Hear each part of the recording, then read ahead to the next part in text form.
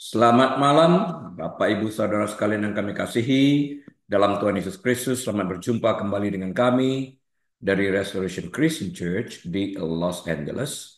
Hari ini, hari Rabu, tanggal 23 Oktober tahun 2024. Saya hari ini Gembala Sidang dan kita akan mulai dengan Yohanes 8 ayat 55 yang kita awali dengan doa. Tuhan, tuntun kami mengerti kebenaran firman-Mu, singkapkan setiap rahasia firman yang masih terselubung, mampukan kami mengerti, sehingga kami boleh menjadi pelaku dari kebenaran firman-Mu yang pasti memerdekakan kami. Bagimu segala kemuliaan saat ini dan sampai selama-lamanya dalam nama Tuhan Yesus. Haleluya. Amin.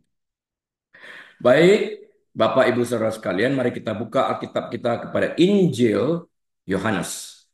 Pasal yang ke-8 ayat yang ke-55.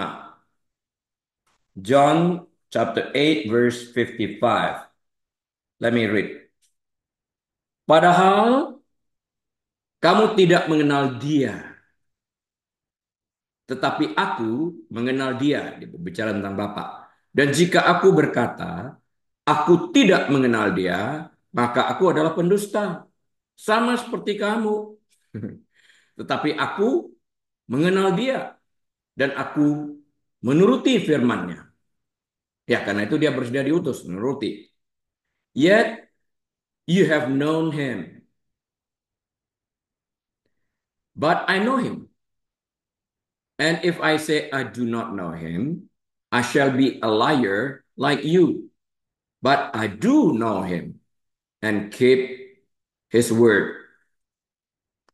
Nah, segala ilusi yang mengatakan bahwa Yesus penakut, pengecut, rendah diri, terlalu lemah, atau pasif, hancur ketika seorang benar-benar membaca Injil dan mengerti apa yang Yesus kerjakan. Dia seorang yang sangat tegas. Dia pernah bahkan mengatakan, kamu keturunan ular bludak, dikatakan kepada orang Farisi. Kamu bagaikan kuburan yang gelabur putih bersih di luarnya, kotor di dalamnya. Dia mengatakan hal-hal seperti demikian. Ya, tapi kepada kaum pendosa seperti pemungut cukai, pelacur, dia sangat lembut banget, penuh dengan pengertian, penuh dengan empati akan kesulitan hidup orang, berusaha menarik orang tersebut keluar. Zakius salah satunya yang bertobat dan bersedia membayar 4 kali lipat bagi setiap orang yang ia rugikan. Ya, saat kita membaca dengan benar segala apa yang orang anggap tentang Yesus pengecut, penakut, tidak berani, dan itu semuanya hancur ketika kita mengetahui pribadi Yesus ini, karakter Yesus ini. Injil Yohanes menunjukkan bahwa Yesus bersikap tegas dan langsung ketika diperlukan. Yesus mengusir para pengusaha yang korup dari bait suci. Para pedagang-pedagang tersebut, pedagang merpati, para penukar uang dan semuanya, meja mereka dibalikkan. Dan lantas kemudian orang mengatakan, Yesus tidak bisa mengontrol diri. Dari mana? Dia marah. Oh, kita perhatikan proses ini. Dia membuat cambuk terlebih dahulu. Untuk membuat cambuk dari tali ini membutuhkan waktu. Dia mempertimbangkan segala sesuatu yang akan dia kerjakannya itu. Dia merasa jenuh melihat rakyat miskin yang membawa binatang untuk dipersembahkan kepada Allah dari luar kota, berjalan kaki. Sampai di bait Allah, mereka mengatakan binatang itu cacat. Sebetulnya tidak cacat. Dan mereka mark up harganya dan dijual dengan harga yang jauh lebih tinggi. Ini perampokan. Makanya Yesus mengatakan, engkau menjadikan rumah Bapakku sarang penyamun. Karena merampok. Ini nggak benar, maka dia marah benar. Rumah Bapakku adalah rumah doa. Jadi nggak bisa, kalau rumah doa itu terbuka bagi semua orang. Nggak ada alasan untuk melarang orang, kalau mereka miskin tidak boleh masuk. Nggak bisa. Ya, Yesus tegas dalam menghadapi orang-orang ini. Dia mengusir mereka dengan cambuk. Ia dengan mudah menangani tantangan perdebatan publik. Sebelumnya dalam percakapan ini, Yesus menyebut para pengkritiknya sebagai anak-anak iblis. Masih ingat dalam Yohanes 8 ayat 44? Iblislah yang merupakan bapamu. Ia adalah bapa segala pembohong. Kalau dia mau berbohong, dia tidak usah berusaha berbohong. Itu natural keluar dari mulut mulutnya iblis. Ya, di sini Yesus bersikap tegas dan langsung dalam mengecam seperti di bagian manapun dalam Alkitab. Jika diperlukan dia akan berlaku seperti itu. Pada mulanya kan nggak langsung seperti itu. Dia memberi penjelasan secara pelan-pelan bertahap. Kalau kamu mengatakan kamu keturunan Abraham, benar secara garis keturunan, tapi tidak secara rohani. Kalau engkau memang mengaku engkau keturunan Abraham dari sisi rohani, engkau tidak harus melakukan apa yang kau lakukan kepadaku. Karena Abraham, bapa rohanimu, melakukan yang berbeda. Ya, dia mengenal aku, dia merindukan kedatanganku, tapi engkau ini berusaha membunuh aku. Dituntunnya sampai nggak bisa lagi, lantas secara terus terang dikatakannya. Engkau bukan keturunan Abraham lu. Allah juga bukan merupakan bapamu. Bapamu adalah iblis katanya. Nah, singkatnya, Yesus memiliki pengetahuan tentang Allah dan mengajarkan pesan yang Allah ingin agar didengar dunia. Nah, kita mesti lihat di dalam hal ini bahwa pengetahuan yang dimiliki Yesus ini sangat natural. Karena dia secara jelas mengatakan, aku diutus oleh Bapa. Before Abraham was, I was. Sebelum Abraham ada, aku ada. Jadi dia berbicara tentang segala kekekalan ini. Dia berada dengan Bapa yang kekal itu. Jadi pengetahuannya didapatkannya, diperolehnya karena ia berasal dari sana. Jadi dia dapat menceritakan tentang Allah itu, menggambarkan tentang Allah itu secara akurat. Orang-orang lain yang tidak pernah ke surga hanya dapat mengira-ngira untuk menggambarkan Allah itu seperti apa. Ya, orang-orang yang menentangnya menghinanya dan mencoba membunuhnya, tidak memiliki pengetahuan tentang Allah yang benar itu. Jika mereka sungguh-sungguh memiliki pengetahuan tentang Allah yang benar, tentu mereka akan mengasihi Yesus. Tentu mereka tidak berusaha membunuh Yesus. Tentu mereka tidak berusaha menyakiti Yesus. Allah adalah kasih. Di dalam hal ini, mereka melakukan segala sesuatu yang bertentangan dengan hukum Taurat. Sekalipun mereka klaimnya kami memiliki hukum Taurat karena diturunkan melalui Musa.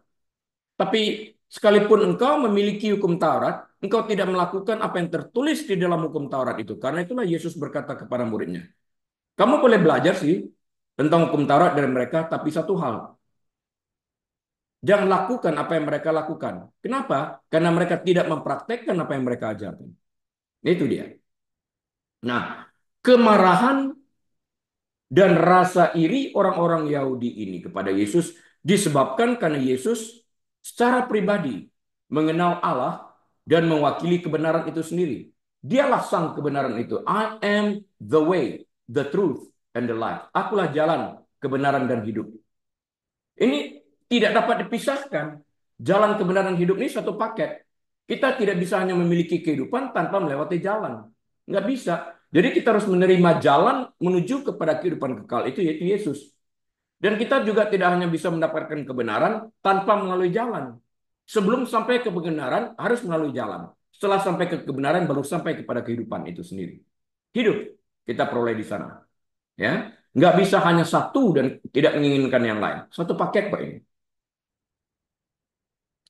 Kemarahan dan rasa iri orang Yahudi ini kepada Yesus disebabkan karena sekali lagi ia mengenal Allah dan mewakili kebenaran. Para pengkritik ini adalah pembohong yang sesungguhnya tidak mengenal Allah. Belum pernah satu orang pun pernah melihat Allah dan tetap hidup. Kalau mereka mengaku pernah melihat Allah dan hidup itu kan aneh. Yang dapat mereka lihat itu adalah pribadi Allah di dalam Yesus Kristus sehingga Allah yang sempurna ini yang tidak dapat dijamah di dalam Kristus. Yang tidak terlihat dapat dilihat di dalam Kristus. Penggenapan segala sesuatu yang terlihat di dalam Yesus Kristus ini adalah kegenapan daripada Allah Bapa itu sendiri yang direpresentasikan oleh Yesus Kristus ini.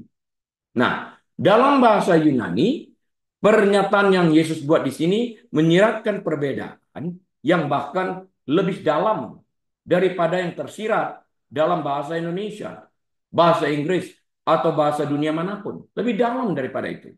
Ketika Yesus merujuk kepada para pengeritiknya, ia menyatakan bahwa mereka tidak mengenal Tuhan. Ia menggunakan akar kata ginosko. untuk menyatakan bahwa mereka tidak mengenal Tuhan. Ini adalah pengetahuan yang diperoleh melalui pengamatan dan pengalaman. Yesus berasal dari surga, dia mengamati Bapa itu, dan dia bergaul erat dengan Bapa itu. Ginesko. Ya. Namun ketika berbicara tentang pengetahuannya sendiri, Yesus menggunakan akar kata Yunani eido. Itu secara pribadi, Ginesko itu kamu nggak punya sesuatu seperti itu. Engkau tidak mengenal Allah karena engkau tidak bergaul dengan Allah. Engkau tidak pernah mengamat-amati Allah itu seperti aku mengamat-amati Allah. Jadi berbeda antara Ginesko dengan Aido. Aido, EIDO. Aido. Berbeda. Nah, kalau Ginesko begitu mengamat-amati pengalaman. Mereka juga tidak mempunyai pengalaman dengan Allah Bapa. Mereka juga nggak bisa observe Allah itu seperti apa. Nggak pernah berada di surga. Nah, Yesus merupakan pribadi yang berasal dari surga. Jadi dia mengatakan aku mengenal. Dia menggunakan perkataan aido yang merupakan pengetahuan intuitif, inheren dan alami, secara alamiah. Seperti setan berbohong itu adalah alaminya dia. Yesus mengatakan kebenaran itu adalah alaminya Yesus. Ya. Dengan kata lain, orang-orang ini bahkan belum pernah bertemu atau belajar tentang Tuhan. Sementara Yesus memiliki pengetahuan pribadi dan langsung tentang Tuhan itu sendiri. Kesenjangan antara pemahaman Kristus tentang Tuhan dan pemahaman mereka tidak hanya secara intelektual dan tidak hanya spiritual. Mereka kalau dikatakan pernah lihat Allah begitu, nggak pernah kan? Satu-satu yang pernah melihat Allah dan bergaul erat dengan Allah itulah pribadi Yesus Kristus ini, idol. Secara natural, dia dapat menceritakan segala sesuatu. Seperti kita tinggal di rumah kita, secara natural kita dapat mengatakan segala sesuatu tentang rumah kita. Di mana sikat gigi, di mana facial tissue, ya, dan sebagainya dan sebagainya. Itu natural. Nggak perlu dipikirkan, kita otomatis tahu tempatnya di mana. Yesus menyelidiki tahu segala sesuatu seluk-beluk tentang surga itu. Bahkan dia mengatakan, perlu aku pulang ke surga agar aku dapat menyiapkan tempat bagimu. Dia tahu siapa akan ditempatkan di mana. Naturalnya, Aido, Ginesko, orang mengamati. Siapa yang pernah mengamati Allah itu dari dekat? Nggak ada. Jadi terdapat sebuah kesenjangan dalam hal menggambarkan siapa Allah itu antara manusia dengan Kristus. Tidak ada satupun daripada pemimpin agama yang pernah melihat Allah. Kecuali Yesus kalau kita mau mengatakan dia pemimpin agama. Tidak ada satu pemimpin agama pun yang berasal dari surga. Kecuali Yesus. Sehingga setiap agama yang ada di dunia ini, kalau kita berbicara tentang agama, dibuat oleh manusia. Mereka mencoba mengembarkan Allah sesuai dengan bayangan mereka tentang Allah itu sendiri. Yesus tidak membawa agama ke dunia ini. Dia membawa kebenaran. Dia membawa Allah Bapa di dalam pribadinya. Dia membawa surga ke dunia ini, nanti orang percaya mengecap surga di dunia ini di Yerusalem baru itu. Itu dia. Nah, perbedaan pengetahuan Yesus dengan orang-orang Farisi ini sangat mendasar banget. Yesus mengenal Tuhan karena dia adalah Tuhan. Dia berasal dari surga. Ini adalah poin yang akan Yesus sampaikan secara langsung dalam ayat-ayat berikutnya yang membuat para pengkritiknya marah banget sama dia. Sebetulnya nggak usah marah. Kalau itu adalah sebuah kebenaran, kenapa kamu marah terhadap kebenaran? Harusnya belajar. Karena kebenaran itu memerdekakan kamu. Kita lanjut dengan Yohanes 8 ayat 56. Abraham, bapamu bersuka cita bahwa ia akan melihat hariku dan ia telah melihatnya. Dan ia bersuka cita. Your father Abraham rejoiced to see my day. And he saw it and was glad. Kalau engkau mengaku Abraham sebagai bapakmu, engkau juga harus bersuka cita. Kenapa engkau enggak? Kalau gitu konklusinya Abraham bukan bapakmu, kan itu. Sekali lagi, Abraham disinggung dalam perdebatan ini. Para kritikus yang menyerang Yesus sangat mementingkan garis keturunan atau silsilah mereka yang berasal dari Abraham. Yohanes 8 ayat 33. Kami bukan anak haram katanya, Abraham bapak kami. Yesus telah menunjukkan bahwa halal rohani bukan silsilah, bukan garis keturunan yang menjadikan seseorang anak sejati Abraham secara rohaninya. Dengan ukuran itu mereka yang berbohong dan membunuh bertindak seperti bapak rohani mereka yang sejati. Siapa itu yang berbohong membunuh? Ya iblis. Karakter itu melekat kepada mereka. Karena itu Yesus berkata, iblislah yang menjadi bapamu. Karena engkau merepresentasikan perilaku bapamu. Abraham tidak lakukan ini. Jadi engkau tidak dapat mengatakan Abraham sebagai bapamu yang sejati. Nggak bisa. Melanjutkan gagasan ini, Yesus secara langsung menyebut para pengkritiknya sebagai pendusta. Pembohong kamu. Ya. Mereka tidak mengenal Allah. Yohanes 8 ayat 47. Dan tidak ingin mengenal Allah. Kalau tidak ingin mengenal Allah, menolak untuk mengenal Allah. Engkau tidak mengenal Allah, sudah tidak mengenal, juga tidak ingin mengenal. Ini kan repot nih, Yohanes 8 ayat 43. Itulah sebabnya mereka menolak dia yang diutus Allah. Kalau engkau mempunyai keinginan untuk mengenal Allah, engkau tidak akan membenci putra Allah ini. Karena segala sesuatu tentang Yesus ini, dalam masa prainkarnasinya, semuanya itu tertulis di dalam hukum Taurat itu. Ya, ada di sana. Jadi kita harus belajar tentang itu juga.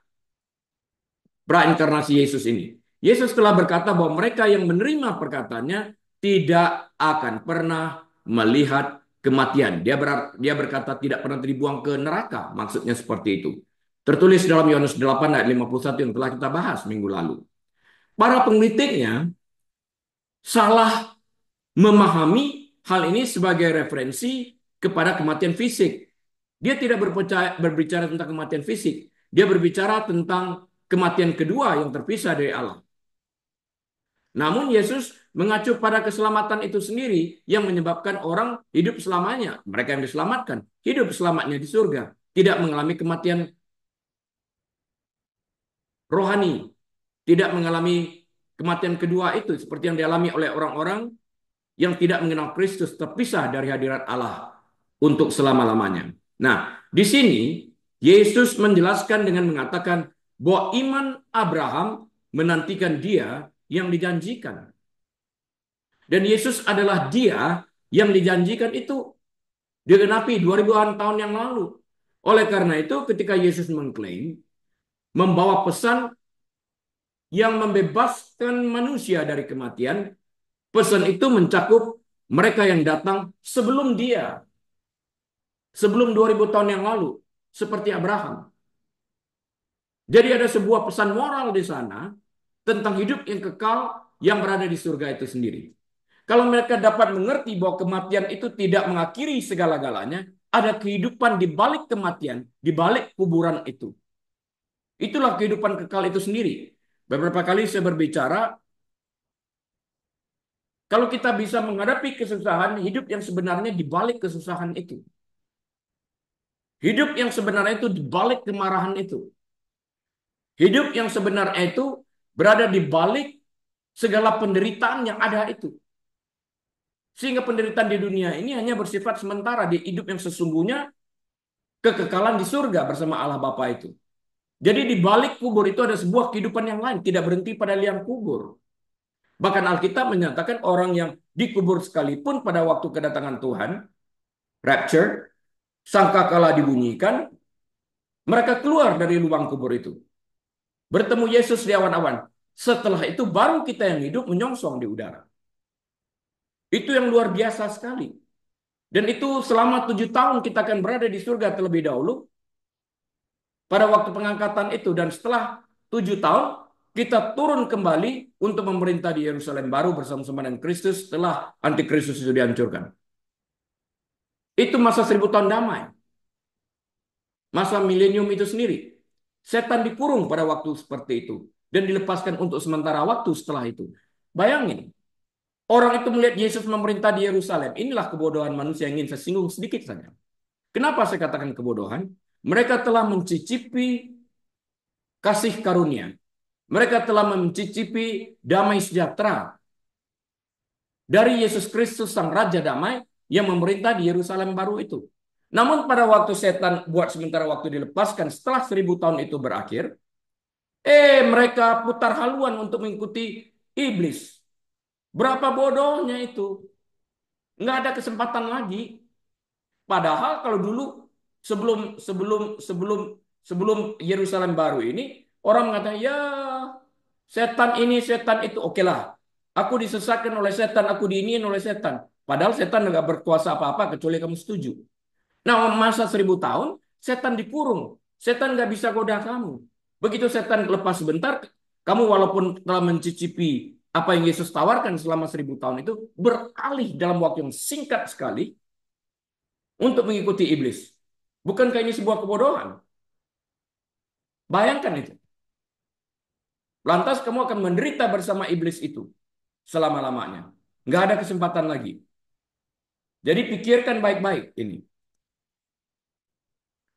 Dalam pernyataan ini Yesus menyiratkan bahwa ia menyaksikan kehidupan Abraham secara langsung dan pribadi. Jadi waktu Abraham mati dan masuk surga, dia lihat Abraham di sana, bertemu dengan Abraham. Dia secara pribadi melihat Abraham di sana dan secara pribadi juga melihat Abraham waktu Abraham berada di dunia ini. Karena dia mau tahu. Kalau dia mengatakan before Abraham was, I was, itu dia berkata bahwa aku dari kekekalan kepada kekekalan. Mereka mengerti, kamu baru 30-an tahun kok bisa berkata demikian. Padahal dia berkatakan, aku ini Allah loh. Ya, hal ini seperti yang ditunjukkan dalam ayat berikutnya mengakibatkan penolakan lagi oleh para pengkritiknya. Kita lihat di dalam ayat 57. Yohanes 8 ayat 57. Maka kata orang-orang Yahudi itu kepadanya, umurmu belum sampai 50 tahun. Dan kau telah melihat Abraham. Then the Jews said to him, you are not yet 50 years old. And have you seen Abraham? Mereka nggak nangkap itu bahwa dia sedang berbicara tentang ia yang berasal dari kekekalan. Tema umum dalam interaksi Yesus dengan orang-orang lain, dengan kaum Farisi ini, mereka tanggapi dalam kesalahpahaman. Seringkali kesalahpahaman itu merupakan hasil dari penafsiran kata-kata Yesus dalam arti yang terlalu harafiah dan fisik banget. Padahal seharusnya dipahami dalam arti rohani. Yang dulu dikatakan tidak menikmati kematian.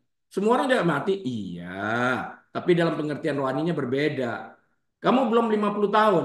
Kok bilang sudah melihat Abraham? You see?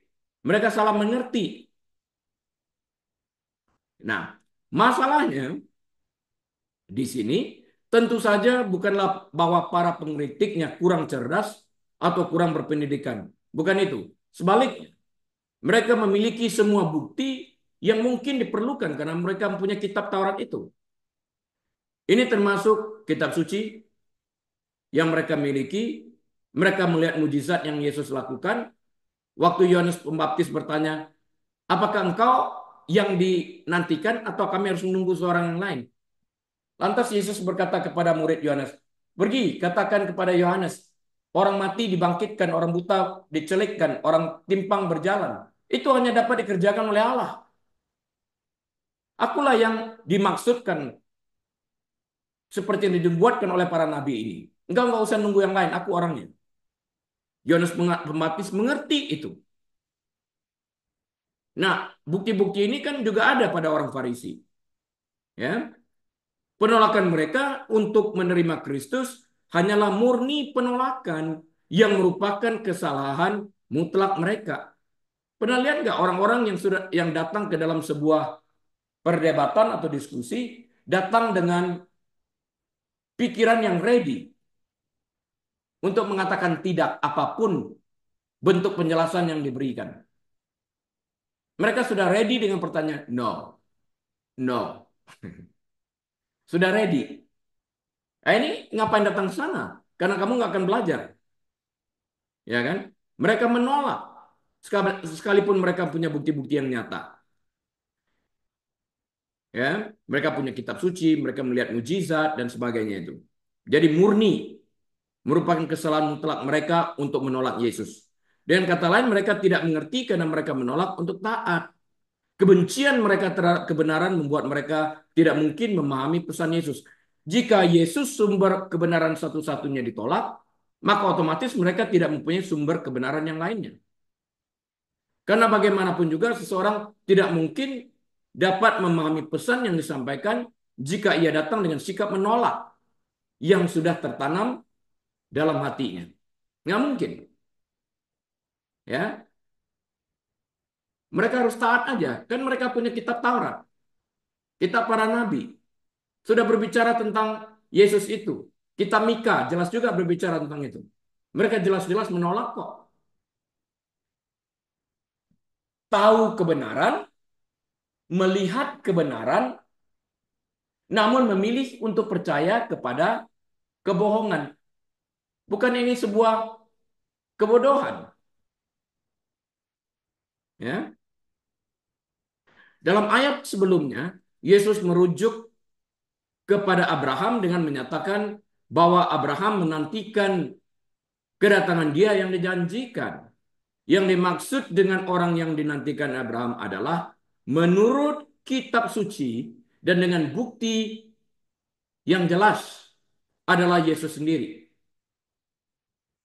Di Mount of Transfiguration, Petrus melihat itu. Ada Abraham, ada Musa, ada Yesus.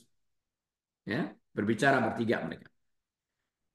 Pernyataan yang dibuat oleh Yesus menyiratkan gagasan yang sama yang ia bicarakan dalam Yohanes 8 ayat ke-55. Bahwa pengetahuannya bersifat pribadi, bukan diajarkan. Yesus nggak perlu belajar. Kalau dia perlu belajar, dia bukan Tuhan. Langsung. Dan sudah ada sebelum segala sesuatu ada. Artinya pengetahuannya berasal dari kekekalan kepada kekekalan. Sempurna. Hal ini mengarah pada kesalahpahaman yang lain. Yang disampaikan dengan sarkasme dan mereka mengatakan Abraham telah mati selama ribuan tahun. Bagaimana engkau yang belum berusia 50 tahun bisa mengaku telah melihatnya? Atau bahkan mengatakan Abraham menunggu engkau. Jawaban yang diberikan Yesus tidak hanya akan meringkas ajarannya, juga akan membuat para pengkritiknya marah hingga melakukan serangan fisik. Kita lihat ini di dalam ayat 58. Yohanes 8 ayat 58. Kata Yesus kepada mereka, Aku berkata kepadamu, amen, amen. Verily, verily, I say unto you. Sesungguhnya sebelum Abraham jadi, aku telah ada. Sebelum Abraham jadi, artinya Abraham diciptakan, aku telah ada. Aku tidak diciptakan. Jesus said to them, most assuredly, I say to you, before Abraham was, I am. Dia mempergunakan perkataan yang hanya boleh digunakan oleh Allah. I am. The greatest I am. I am. Jelas di sana. Marah orang kalau mendengar hal yang demikian.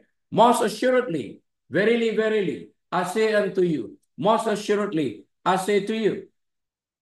Sesungguhnya, aku berkata kepadamu. Perkataan sesungguhnya ini adalah segala sesuatu yang diucapkan setelah perkataan most assuredly atau verily, verily atau sesungguhnya ini adalah sebuah pengetahuan yang berasal dari kekekalan, kebenaran yang pasti terjadi. Jadi amen, amen di dalam hal ini seperti yang saya jelaskan yang lalu. Karena itu berada pada awal daripada sebuah kalimat, awal daripada sebuah statement, Dia berbicara tentang pengetahuan dari kekekalan, tentang pengetahuan yang berasal dari seorang Allah itu sendiri. Sedangkan amin yang terletak pada akhir daripada penutupan doa, semoga demikian terjadi. Iman di dalam hal ini. Nah, dalam Injil Yohanes ada 7 contoh di mana Yesus membuat pernyataan yang menyinggung keilahiannya sendiri. Pernyataan-pernyataan ini dikenal sebagai 7 pernyataan akulah aku. The seven I am. Ya, ketika Musa bertanya kepada Tuhan, bagaimana ia harus diidentifikasikan kepada Israel. Bagaimana Allah itu sendiri, Yahweh itu sendiri, Elohim itu sendiri harus diidentifikasikan kepada Allah. Bagaimana caranya? Tuhan berkata, akulah aku. I am who I am. I am that I am. Katakanlah kepada orang Israel, akulah aku telah mengutus aku kepadamu.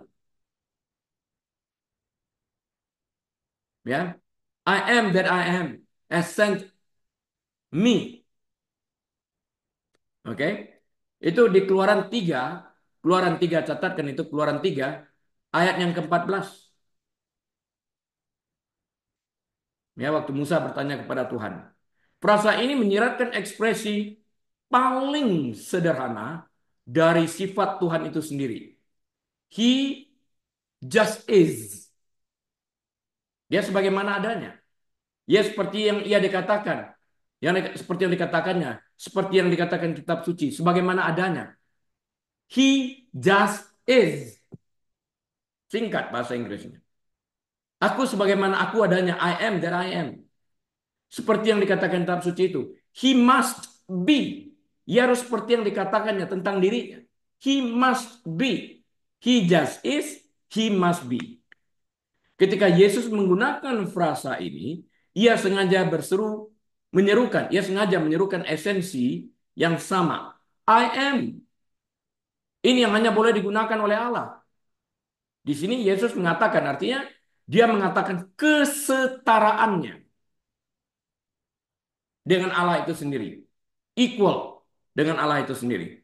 Sebelumnya dalam perdebatan ini, Yesus membuat pernyataan kedua dengan mengatakan, akulah terang dunia. I am the light of the world. Ya, Yohanes 8 ayat 12. Dengan mengatakan akulah terang dunia, Yesus secara terang-terangan mengatakan bahwa dunia ini gelap.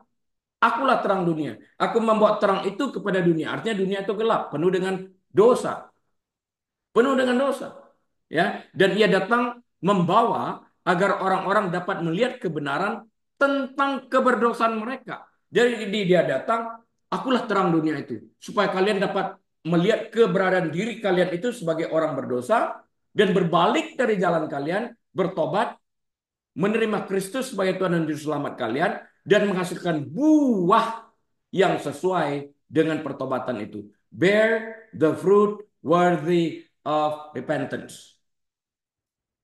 Bertobat dari kehidupan mereka yang jahat dan berbalik kepada Tuhan. Untuk itulah diperlukan terang itu untuk menerangi kegelapan ini. Sekarang Yesus menanggapi ketidakpercayaan dari pengkritiknya. Walaupun sudah jelas seperti ini, tidak percaya. Karena tidak percaya dikritik terus. Karena memang mereka datang untuk itu. Yesus datang untuk menyelamatkan orang, mereka datang untuk menghancurkan berita kebenaran ini. Karena itu mereka dikatakan anak iblis.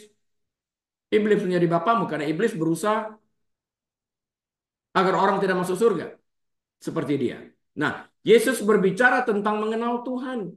Dan pilihan kata-katanya dalam bahasa Yunani asli menyiratkan semacam pengetahuan bawaan yang sudah ada sejak awal dan terus ada sampai selama-lamanya. Artinya berasal dari kekekalan dan terus berlangsung sampai kekekalan. Karena itulah dikatakan suatu saat heaven and earth will pass away. Langit bumi akan berlalu. But my word remains. Tapi firmanku tetap. Dikatakan di sana. Artinya Dia yang adalah firman itu dari kekal sampai kepada kekekalan itu sendiri. Tidak pernah akan berakhir. Dia awal, dia yang akhir. The first and the end. Ya kan? Tidak ada in between. Hal ini menyebabkan para pengkritiknya orang-orang Yahudi ini mengejeknya. Umurmu belum sampai 50 tahun. Dan kau telah melihat Abraham dan bahkan mengatakan Abraham menunggu kedatanganmu. Dan kau mengatakan tidak ada yang mencicipi kematian. Salah kaprah. Yesus menjawab dengan apa yang disebut sebagai sebagian orang sebagai pernyataan. Akulah yang tersembunyi karena pernyataan itu biasanya tidak dihitung di antara pernyataan-pernyataan lainnya. Akulah aku.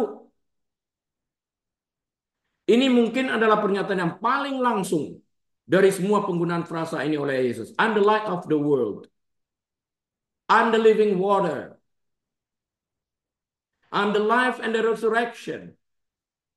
Semua itu dikatakan Yesus. Maknanya tentu tidak hilang dari para pengkritiknya.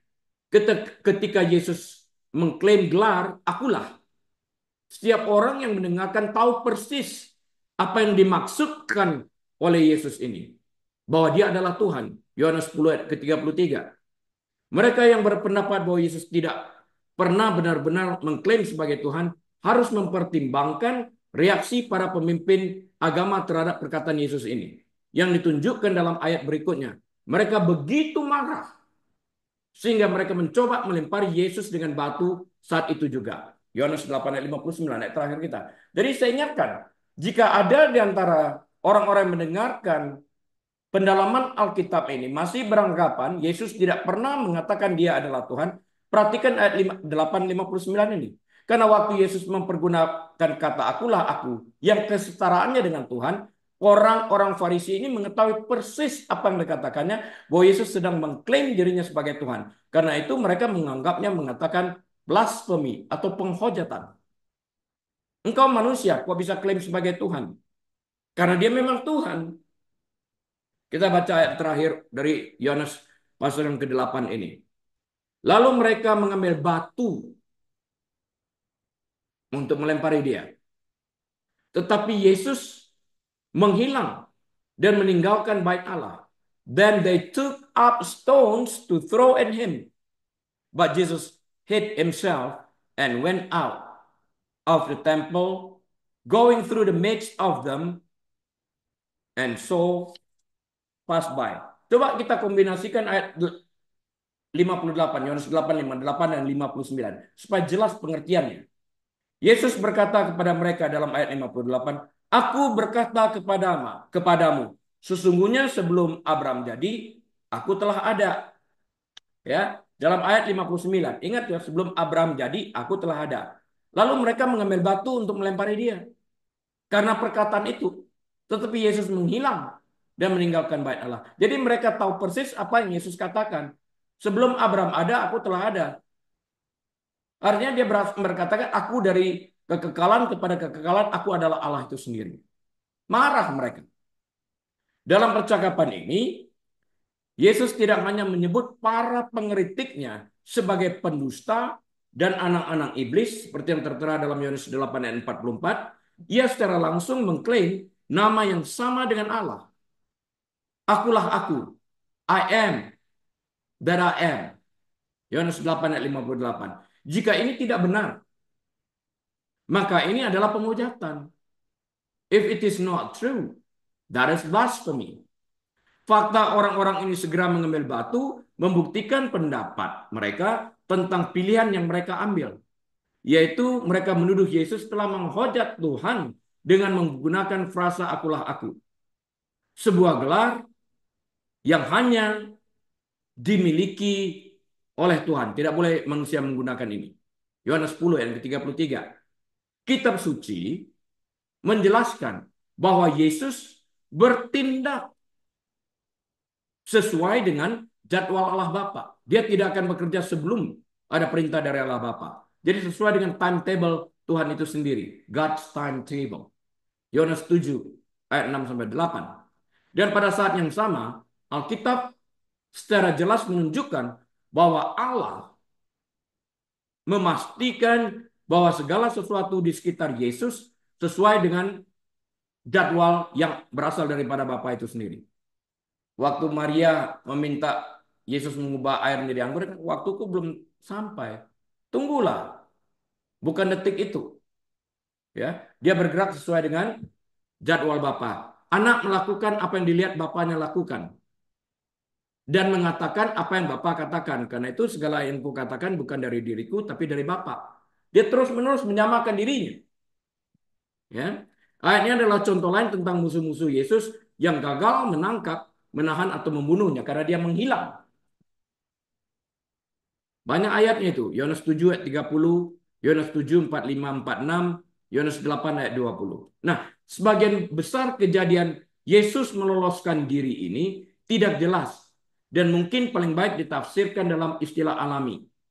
Kemungkinan besar Yesus pergi dari situ saja dan keluar sedemikian rupa sehingga para penyerangnya gagal mencapainya. Dalam kasus lain, seperti ketika ia dikepung di sebuah hubungan atap yang tinggi dekat bait suci, ada kemungkinan lebih besar bahwa Yesus lolos dimungkinkan oleh cara-cara supranatural. Allah menyertai dia. Filipus, waktu selesai berbicara dengan sida-sida itu kemudian menghilang. Dia sudah berada di kota lain. Allah melarikan dia. Nah, apapun kasus lolos ini, Yesus telah menjelaskan pandangannya tentang kemunafikan dan kondisi rohani mereka yang sangat jelas dan mereka sekali lagi gagal membungkamnya. Ya. Jadi lolosnya Yesus ini dapat kita lihat juga bahwa waktunya belum genap seperti yang Allah rencanakan bagi dia untuk digantung di kayu salib. Amin. Kita akan berdoa. Bapa, kami terima kasih. Kami telah selesai mempelajari kitab Injil Yohanes pasal yang ke-8 secara tuntas. Biarlah Engkau terus berbicara dalam hati kami, sehingga kami bukan hanya sekedar mengerti, bukan hanya sekedar mendapatkan hikmat dan marifat daripada Engkau, tapi kami melakukan apa yang telah kami mengerti ini, sehingga kami dibebaskan dari segala keterikatan yang ada akibat ketidakmengertian kami. Terpuji Engkau saat ini sampai selama-lamanya, dipermuliakan namamu di dalam nama Tuhan Yesus. Amin.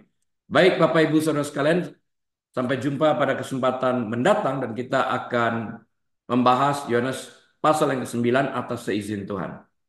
Saya Rili, mohon diri, Tuhan Yesus memberkati. Shalom.